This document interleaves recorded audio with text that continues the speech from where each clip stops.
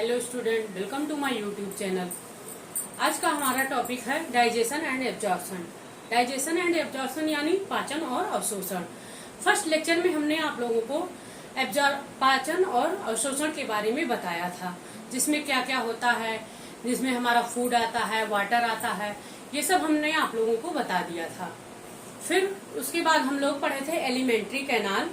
Alimentary canal में हम लोगों ने पढ़ा था कि ये एलिमेंट्री कैनाल में क्या क्या आता है। डाइजेशन, एलिमेंट्री कैनाल में ओरल कैविटी पढ़े थे, हम लोग पढ़ रहे थे ओरल कैविटी, जिसमें ओरल कैविटी में 3 पार्ट आते हैं। फर्स्ट हमारा है टीथ, सेकंड है टंग के बारे में हम लोग पढ़ेंगे, और थर्ड हमारा है स्लाइवा यानी स्लैवरी ग्लैंड। फिर उसके बाद हम लोग कुछ ग्लैंड्स के बारे में भी पढ़े थे। तो आज का हमारा टॉपिक है ओरल कैविटी। ओरल कैविटी के बारे में हम जानेंगे। हमारा चैप्टर क्या है? डाइजेशन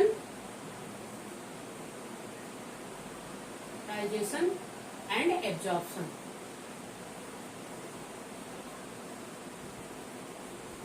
डाइजेशन एंड एब्जॉर्प्शन यानी पाचन और अवशोषण, जिसमें हम लोग पढ़ रहे थे ओरल कैविटी के बारे में।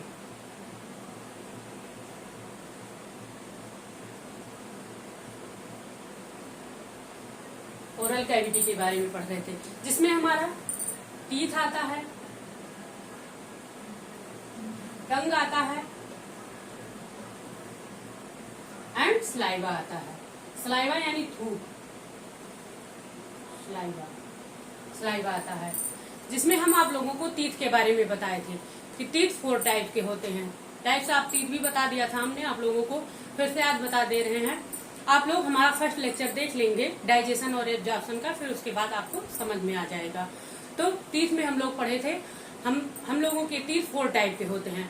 फर्स्ट हमारा इंसाइजर हो गया, सेकंड कैनाइन हो गया, और थर्ड हमारा हो गया मोलर हो गया, फोर्थ प्री मोलर हो गया। ये सब हम आप लोगों को बता दिए थे।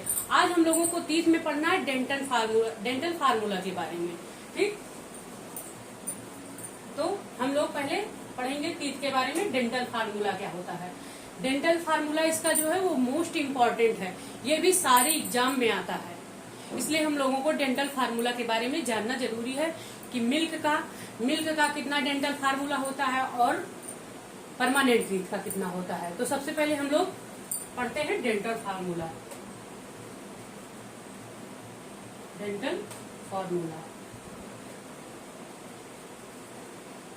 अब डेंटल फार्मूला में सबसे पहले हम लोग दोनों का देखेंगे, मिल्क का भी डेंटल फार्मूला क्या होता है और परमानेंट टीथ का। परमानेंट टीथ किसमें आते हैं? एडल्ट में, और मिल्क के टीथ किसमें आते हैं? चिल्ड्रन में। ठीक,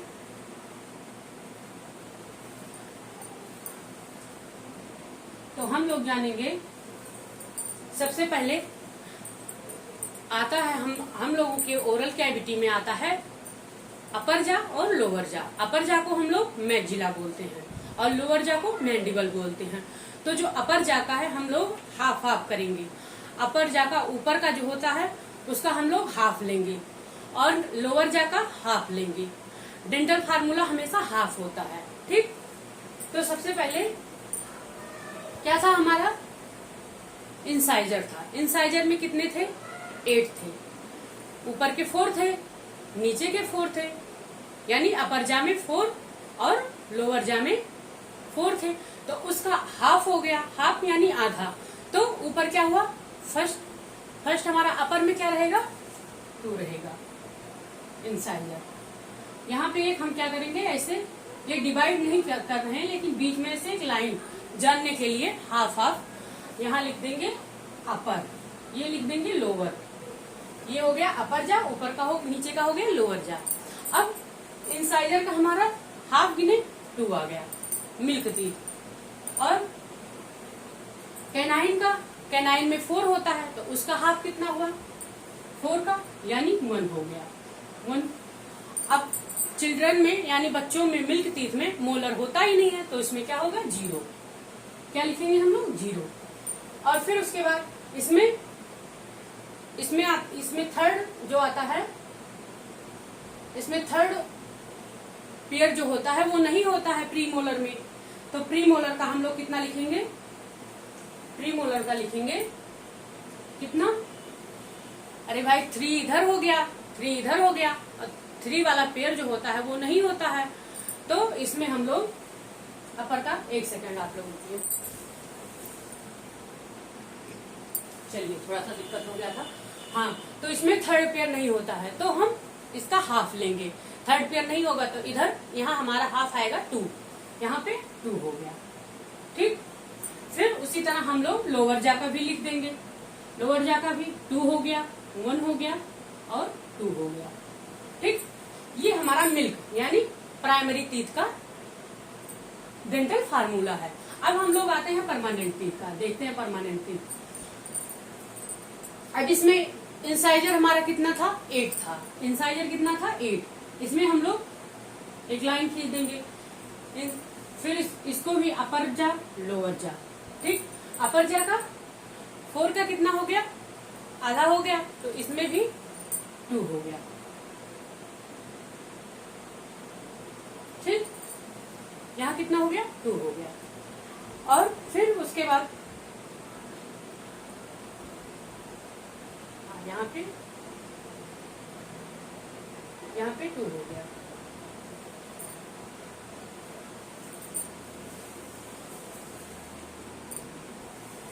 तो यहाँ पे 2 हो गया। फिर उसके बाद हमारा आता है कैनाइन। कैनाइन में भी 4 पाए जाते थे, 4 टीथ पाए जाते थे, 2 अपर और 2 लोअर। तो इसका हम लोग हाफ करेंगे, फिर आ जाएगा हमारा 1। हाफ लेंगे तो 1 आ जाएगा। उसके बाद हमारा था मोलर। मोलर में कितना पाया जाता था, मोलर में भी 4 पाए जाते थे, 4 पाया जाता था ना। तो अपर का भी, अपर का 2, लोअर का 2, तो इसमें भी हाफ हो गया। इसमें आ गया हमारा हाफ आ जाएगा, फिर आ जाएगा यहाँ पे 2। और मोलर में क्या होता था, 3 पेयर ऑफ टीथ पाए जाते थे, 3 पेयर यानी 3 सेट इधर, 3 सेट इधर, 6 हो गया। 3 सेट लोअर में, 3 सेट इधर, हो गया हमारा 12। अब इसमें हम लोग अब आधा आधा करेंगे, फिर हम लोग उसके बाद फिर यहाँ आ जाएगा 3। ठीक, यही हम लोग जस्ट नीचे भी उतार देंगे। ये हमारा था डेंटल फार्मूला। ठीक, इतना था हमारा डेंटल फार्मूला। ये मिल्क का था और ये परमानेंट टीथ का। अब इसमें हम लोग कुछ जानेंगे टीथ के बारे में। टीथ का जो हार्डेस्ट पार्ट होता है उसको हम लोग कहते हैं इनेमल। इनेमल जो होता है वो टीथ का हार्डेस्ट पार्ट होता है। अच्छा, हार्डेस्ट पार्ट क्यों होता है, क्योंकि इसमें जिस तरह हमारी बोन में कैल्शियम और फास्फोरस पाए जाते हैं, उसी तरह हमारे ये दांत में, टीथ में भी फास्फोरस और कैल्शियम पाए जाते हैं इनामेल में, इसीलिए ये हार्डेस्ट पार्ट होता है। टीथ के भी 3 पार्ट होते हैं, मतलब जो ये इनामेल बना होता है इसके जो हार्डेस्ट पार्ट होते हैं 3 टाइप के होते हैं।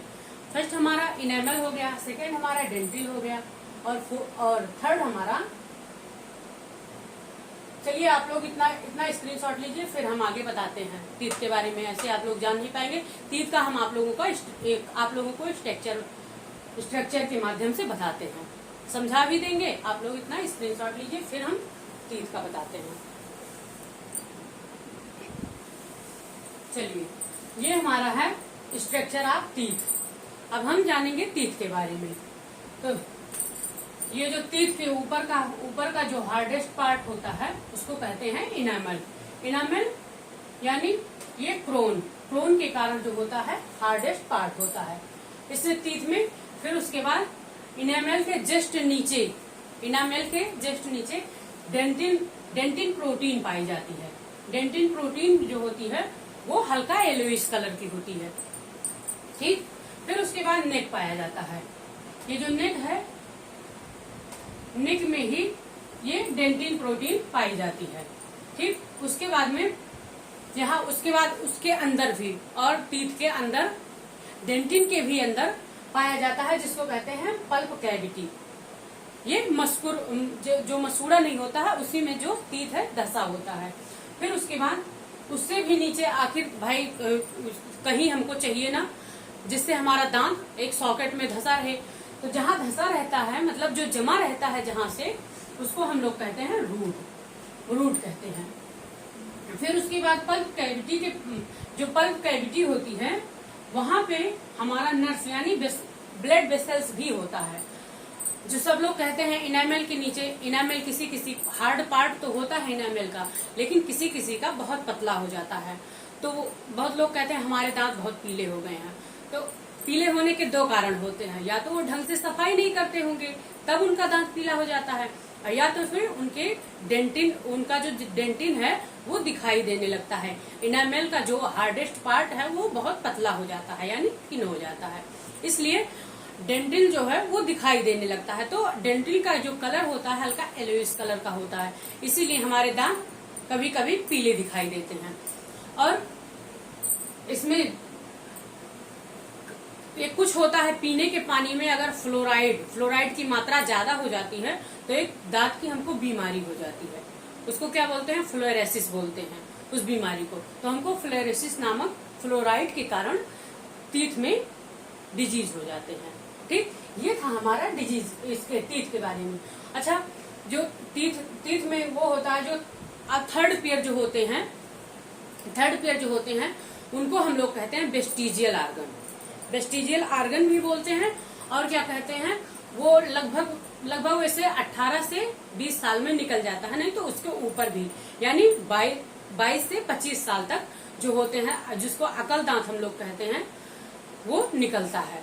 तो ये ऐसा नहीं है कि हम लोगों को अकल तभी आती है जब वो दांत निकलता है, ऐसा कोई बात नहीं है। वो वेस्टिजियल, असल में वो वेस्टिजियल आर्गन होता है। अगर वो नहीं भी होगा, भाई जगह नहीं पाता होगा, हमारे 28 दांत हैं, उसके बाद वो जगह नहीं पाता होगा तो नहीं निकल पाता होगा। जब वो जगह उसको स्पेस मिलता है तब वो निकल जाता है। तो और जब ये ब्रेक डाउन भी कब होते हैं, मतलब 22 से 25 साल में ग्रो अप ये कर जाते हैं, और 16 ईयर की एज में ये ब्रेक डाउन भी हो जाते हैं। ठीक, तो इसीलिए इनको हम थर्ड पेयर ऑफ टीथ को क्या कहते हैं? वेस्टिजियल ऑर्गन भी कहते हैं, यानी अवशेषी अंग। ये था हमारा टीथ के बारे में। अब हम लोग इसके बाद आते हैं टंग के बारे में। अब हम लोग जानेंगे टंग के बारे में। ठीक, आप लोग इतना स्क्रीनशॉट लीजिए, फिर हम बताते हैं टंग के बारे में कि टंग क्या होता है।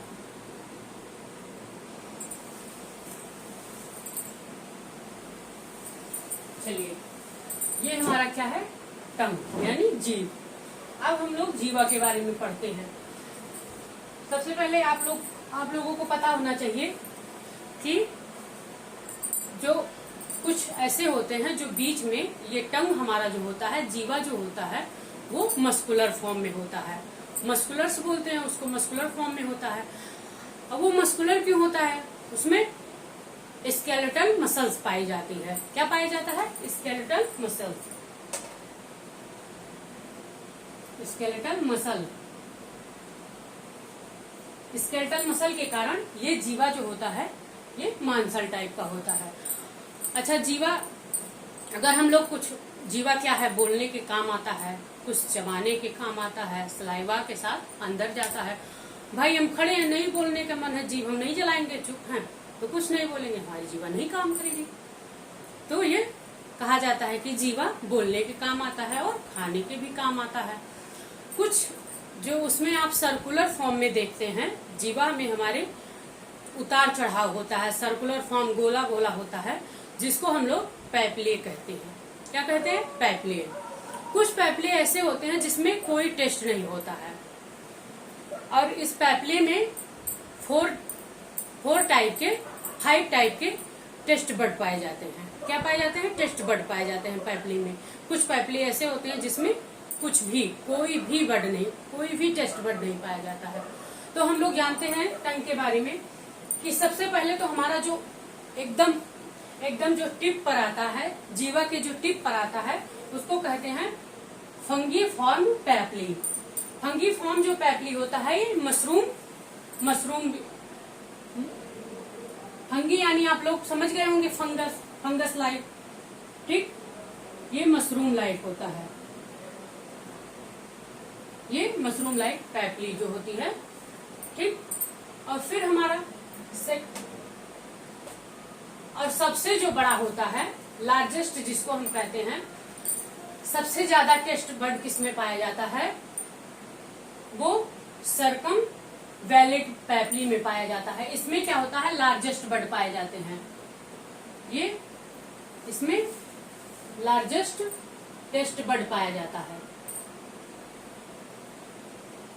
इसमें लार्जेस्ट टेस्ट बड पाया जाता है। ठीक, इसमें लार्जेस्ट टेस्ट बड। और ये जो होता है, ये फॉलीलेट पैपली जो होता है, ये हमारे काम का नहीं होता है। इसमें टेस्ट बड नहीं पाया जाता है। टेस्ट बड इसमें नहीं पाया जाता है। ठीक, फिर हमारा एक आता है बीच में जो होता है, सबसे बीच में, पैपली के सबसे बीच में जो होता है उसको कहते हैं फिलीफॉर्म। फिली यानी फुल, फिलीफॉर्म टेस्ट बड। ये क्या होता है, पैपली जो होता है इसमें लार्जेस्ट टेस्ट बड इसमें भी पाए जाते हैं। टेस्ट बड और स्मॉल साइज के पाए जाते हैं। क्या पाए जाते हैं, स्मॉल साइज की। ठीक, स्मॉल साइज में ये पैपली पाए जाते हैं। ठीक है, अब इसमें 5 टाइप का टेस्ट बड पाया जाता है।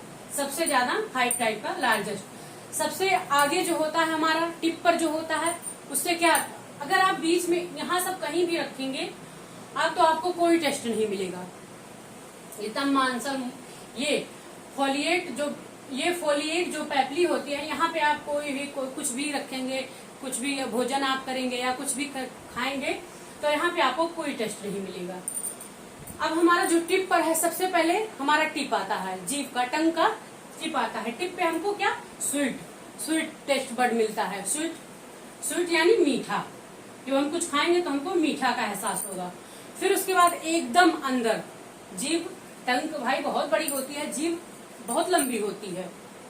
ह्यूमन की यानी किसी की भी, एनिमल की सबकी लंबी जीभ होती है। और सबसे अंदर जो एकदम लास्ट में होता है उसमें हमारा बिटर टेस्ट मिलता है। बिटर यानी कड़वा।